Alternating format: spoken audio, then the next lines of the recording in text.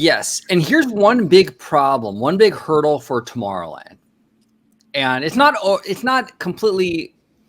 It's not something that can't be avoided or overcome, but it's a challenge for sure. When Disney decided to give Star Wars its own land and give Marvel its own land in DCA, they sort of have now the two biggest franchises that could have been utilized in Tomorrowland, any new Tomorrowland. They kind of now those two brands, those mega brands, are kind of spoken for already in two separate lands, right? In two separate lands. So now it's very limiting as to what Tomorrowland can do, assuming they're going to kind of respect the fact that there's already two lands. I'm going off of that assumption. So there's not a whole lot of IP. And again, I know fans don't like to hear this, but look, IP rules the day. Okay. If a project can get the money, it's got to have the IP. And if Marvel is already over there in DCA, then you have Star Wars already with Batu. There's not a whole lot of IP. Wally ain't going to cut it, y'all. Wally ain't going to cut it. Big Hero 6 are not big enough. Now, here's one workaround for that. And I wouldn't mind this approach. And I want to hear what you guys have to say. Chat, I want to hear what you guys have to say about this. I think you can incorporate Marvel into Tomorrowland and do it in a really clever and creative way that doesn't sort of diminish what they have over in DCA. We'll take the People Mover for an example, right? What I would do, if I ran it, what I would do is I would theme the People Mover to the Stark Industries People Mover. You have a figure in Howard Stark that was kind of very much modeled after Walt Disney. Kind of like this guy, forward thinker, all about, new technology, pioneering, the forefront of all this stuff, right? So theme the People Mover to a Stark Industries People Mover, where everything is like kind of related to Stark and their kind of desire to kind of push the envelope with technology. You can even have Howard Stark in the queue talking about, hey, we developed this new People Mover technology for the world, yada, yada, yada. And the reason why I'm kind of suggesting this is because it sort of hits on both things. It sort of keeps that, like it kind of respects the initial idea and concept for the People Mover of being this kind of like forward thinking mode of transportation, but it incorporates the Marvel IP where it sort of appeases like the bean counters in the company. So you can still sell all the Iron Man and Stark Industries merchandise, but it's still kind of in line with the overall kind of message of the original attraction. I don't know. I think that might work, but what do you think, Dre? If it was themed to not an Iron Man ride necessarily, but a Stark Industries attraction, very focused on Stark and the technology aspect, could that work for Tomorrowland? No, I absolutely do think it can work. I actually remember hearing about a Stark Industries, almost like Stark Expo idea for Tomorrowland back when I believe Iron Man 2 actually came out, which we're far removed from that. But I mean, they were thinking about that concept as early as that time period. The benefit of not maybe theming the entire land to one IP is that it frees you. Like if you do a neutral theme, it frees you up for many IP. Right.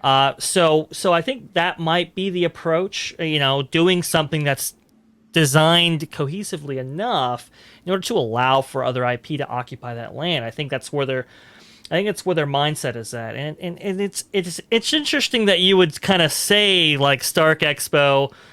Like Stark Industries, Iron Man, People Mover kind of thing. There was an idea for a Kuka arm version of the People Mover. Actually, I think this hints at this. If you share my screen for just a second, you'll see this. You'll see this Tomorrowland concept that Scott Drake actually did before he, went out and designed Shanghai's Tomorrowland, and you can see this radical People Mover concept where it looks like they're out on arms. That's cool. And taking up that track, and you can see the Astro Orbiter, placed where it was supposed to be, and so forth. I think there was an idea to take a radically different route with the People Mover for a period of time. I don't know if those plans have changed or what, but I think anything's possible as of right now. Yeah. What do you think, Mr. Family Man? What do you think about going that kind of like that Stark Industries kind of approach to like to an attraction like the People Mover? Would you be on board for something like that, or do you feel like that really wouldn't work for it?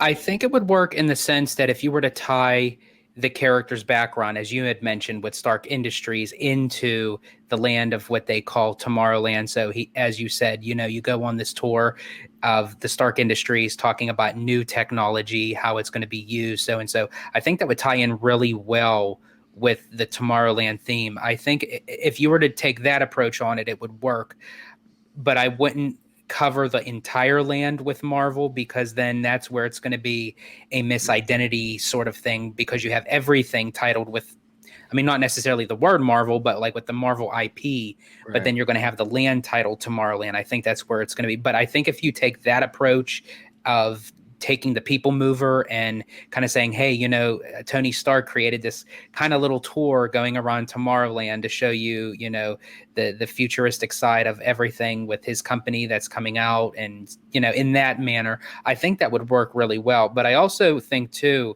aside from that, and it depends on how it does, box office wise, but they are anticipating the new Pixar film Lightyear to kind of crunch some heavy numbers, kind of getting Pixar back on track to where they used to be. And I've heard, rumors that there's possibility that the Buzz Lightyear Astro Blasters could be rethemed around Buzz Lightyear, but this version of the Buzz Lightyear, not the toy, but the actual person, based on the film. Okay, Yeah. that's interesting. Yeah, Lightyear is probably going to be a pretty big film in theaters.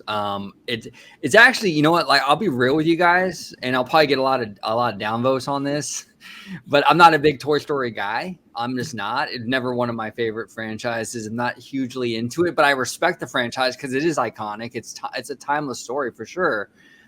But I gotta say, Lightyear looks pretty damn impressive. It really does. It looks really, really cool. So yeah, if they incorporate kind of that kind of thing in Tomorrowland, I'd be open for it. I'd be And open for it. that's a it's interesting. That's a time when having a Toy Story Midway Mania attraction over DCA and a Buzz Lightyear attraction over it, Tomorrowland actually worked out. So I think you could, even though Galaxy's Edge, Star Wars has a home in Galaxy's Edge, or Marvel has a home in Avengers Campus, doesn't mean that you can't separate some of these things out.